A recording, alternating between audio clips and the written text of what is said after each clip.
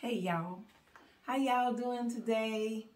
We are so happy to finally get together and come, baby, you look good on camera. We were finally able to come and sit and share a brief video with you guys. And we will do this like probably twice a week or once a month. We don't know how our consistency or the days will be just yet, but bear with us as we share with you guys something that's very close to Andre's heart, and it has helped me to come alongside of him as we talk about Don't Take Away My Freedom. This is his book. Now, he has a pseudonym name, Thomas Patrick Locke, but it's actually by Andre Weisbrod, and he's a very good writer.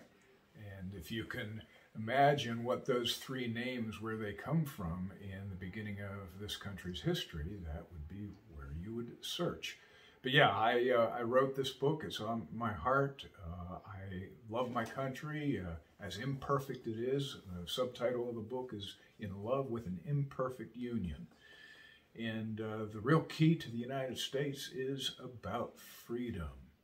And so that's what I talk about in the book, and hopefully we can share with you a little bit. Don't ever take away my freedom. Okay, so that is a very, very good title. It actually brings us to where we are today with so many things going on in our world. I could just talk about some simple things.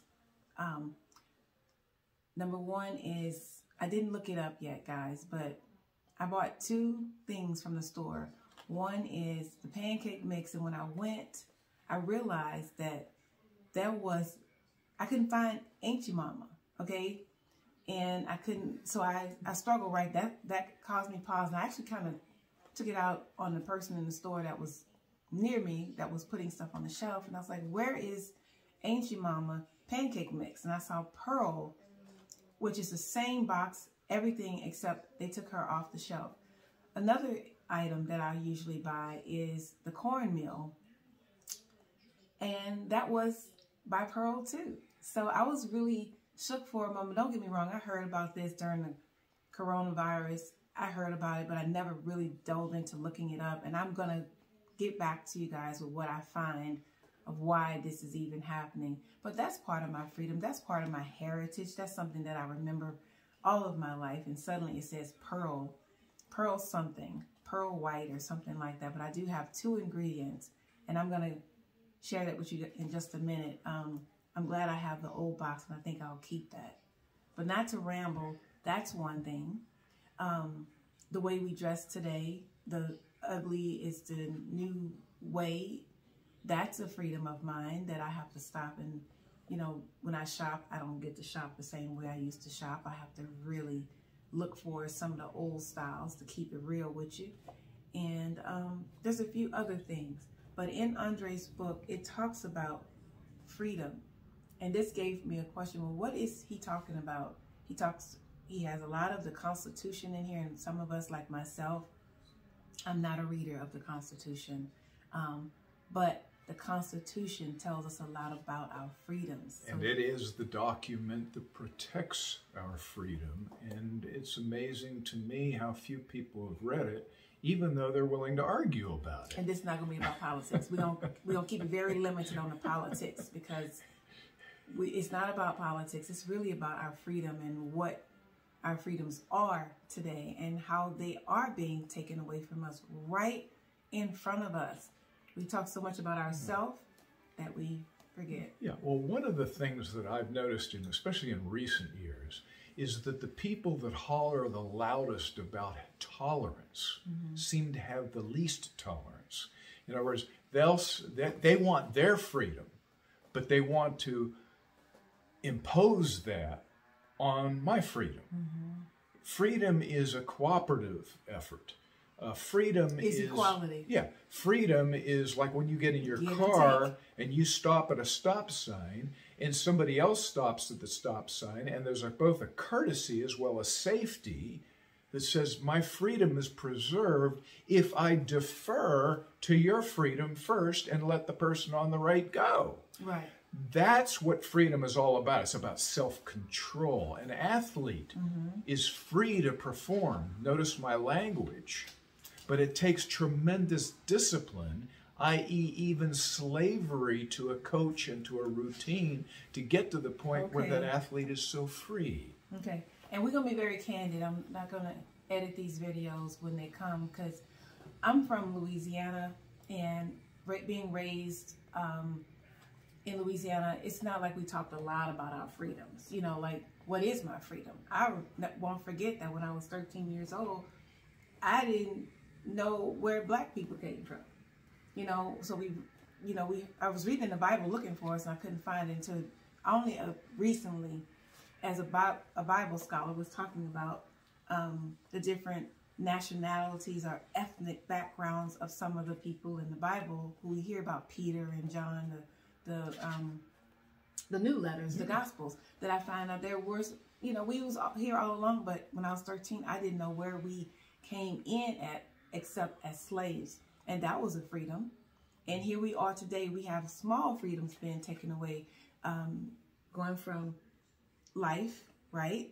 Oh, they had a Life magazine. They had all kinds of magazines, but now it's all about you. And we're looking so much at ourselves that we're forgetting about the other people. And that's another side of taking away our freedom. Freedom works best when it works for the most. And that's where the respect has to come in, and where the personal, just the personal commitment to preserving each other's freedom. Like I said, within the context of the structure. Structure is meant I have a great question. to embrace freedom and to promote it. And to preserve it. Yeah. So let me ask you a question. Not long ago, you know, I was able to be in the bathroom and with other women, just because it says label women or whatever you want to call it, but it's for us. And then we have the men bathroom.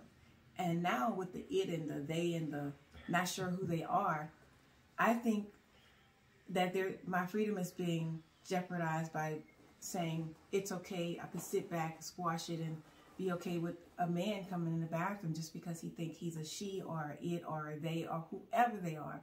Is that taking away my freedom? Yes. Well, see, here's is that imposing something on me? Yes, it can, and that's the delicate balance that we have to preserve. So that if you're demanding your freedom ends up taking someone else's, where does that stop? Right. And where do you find the middle ground, the way to respect each other's freedom, so neither of you are canceled out? Right. So what about, we got to come back to the ancient mama mix too, because that's part of the freedom too. Because they started taking down like different things, fighting about Robert E. Lee, those kinds of things. Yeah, there are people that for different reasons want to rewrite, if you will, or re-emphasize history. Not just content to have it be history, but they want it to be put into a context where it promotes some viewpoint. I have another question. As opposed to being objective.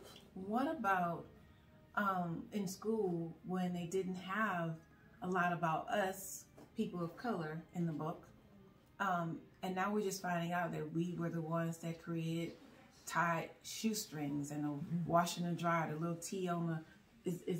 Was that part of my freedom that wasn't in the books, and now I'm finding out about it? I mean, how does that fit in here? Like, what are you talking about in this book about my freedom? Because the founders of our country were very imperfect. So they didn't apply their principles, for instance, to women and to black slaves and to other people, the Native Americans. They were self-centered in their own freedom, and they didn't give it to the others. That was the weakness of the country. It took many, many years and pain and bloodshed for us to get to the point where, when we call civil rights, civil meaning people. orderly, civil, and that we all have rights, and giving that to whoever that human being is. And it's been a long time coming, and now it seems to be reversing in some areas where the divisiveness is not promoting the unity of freedom anymore.